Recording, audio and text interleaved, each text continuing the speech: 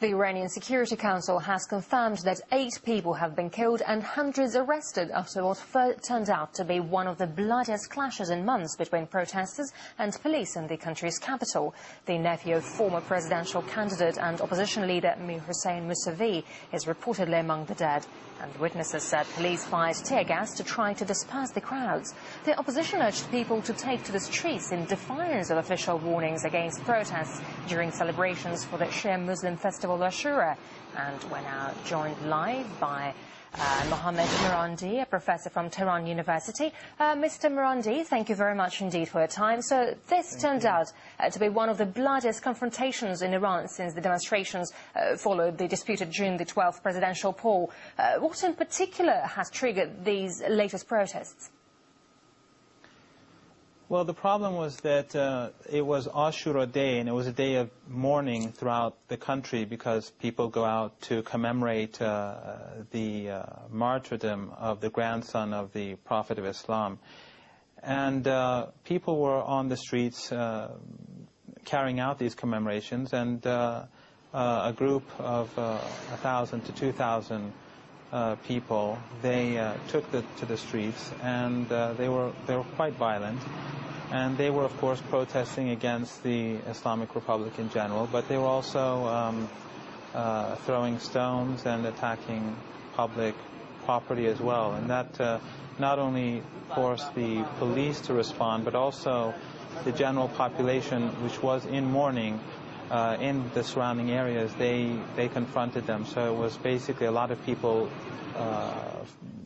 on the streets fighting each other.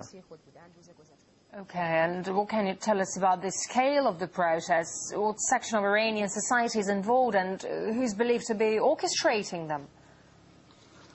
Well, Mr. Mousavi used to have a considerable amount of support in Iran during and after the elections. He obviously didn't win the elections, as even polls carried out by Americans, Tehran Free Tomorrow, as well as the University of Maryland poll showed.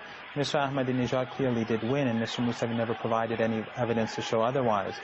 But gradually, while this was a homegrown opposition movement, gradually foreign elements became more important within the movement itself. In other words, television stations being broadcast from the United States and funded by the U.S. government in Persian, as well as channels in England, which are supported and funded by the British government, they began to have a more important role to play.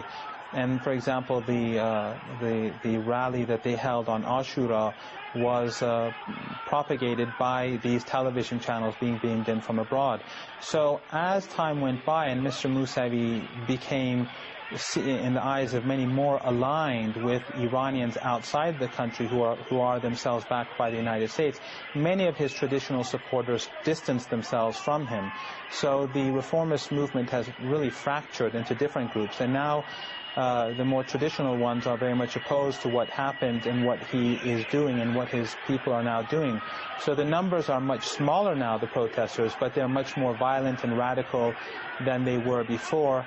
And Mr. Mousavi has lost a great deal of popularity among his traditional supporters, who are, especially the more religious ones, who were mourning yesterday while these people were on the streets, basically at times seemingly celebrating after they would destroy a bus or a car or a taxi. Yeah, I got you. But what consequences can we expect? How will the authorities react on all that?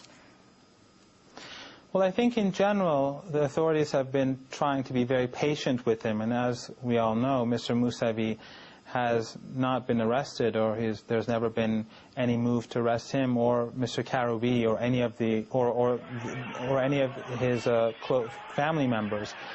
I think that though Mr. Mousavi is isolating himself, even, for example, the reformist faction in Parliament, they now distance themselves from him. For example, the leader of the reformist faction in Parliament, Mr. Tabish, said very explicitly that there was no fraud in the elections, and he was very critical of the way the so-called Green movement moves forward and how it behaves. So I think that Mr. Mousavi is more and more isolated than he was in the past, because he has basically aligned himself to a more pro-Western secular segment of the reformist faction, and the other segments have distanced themselves from him.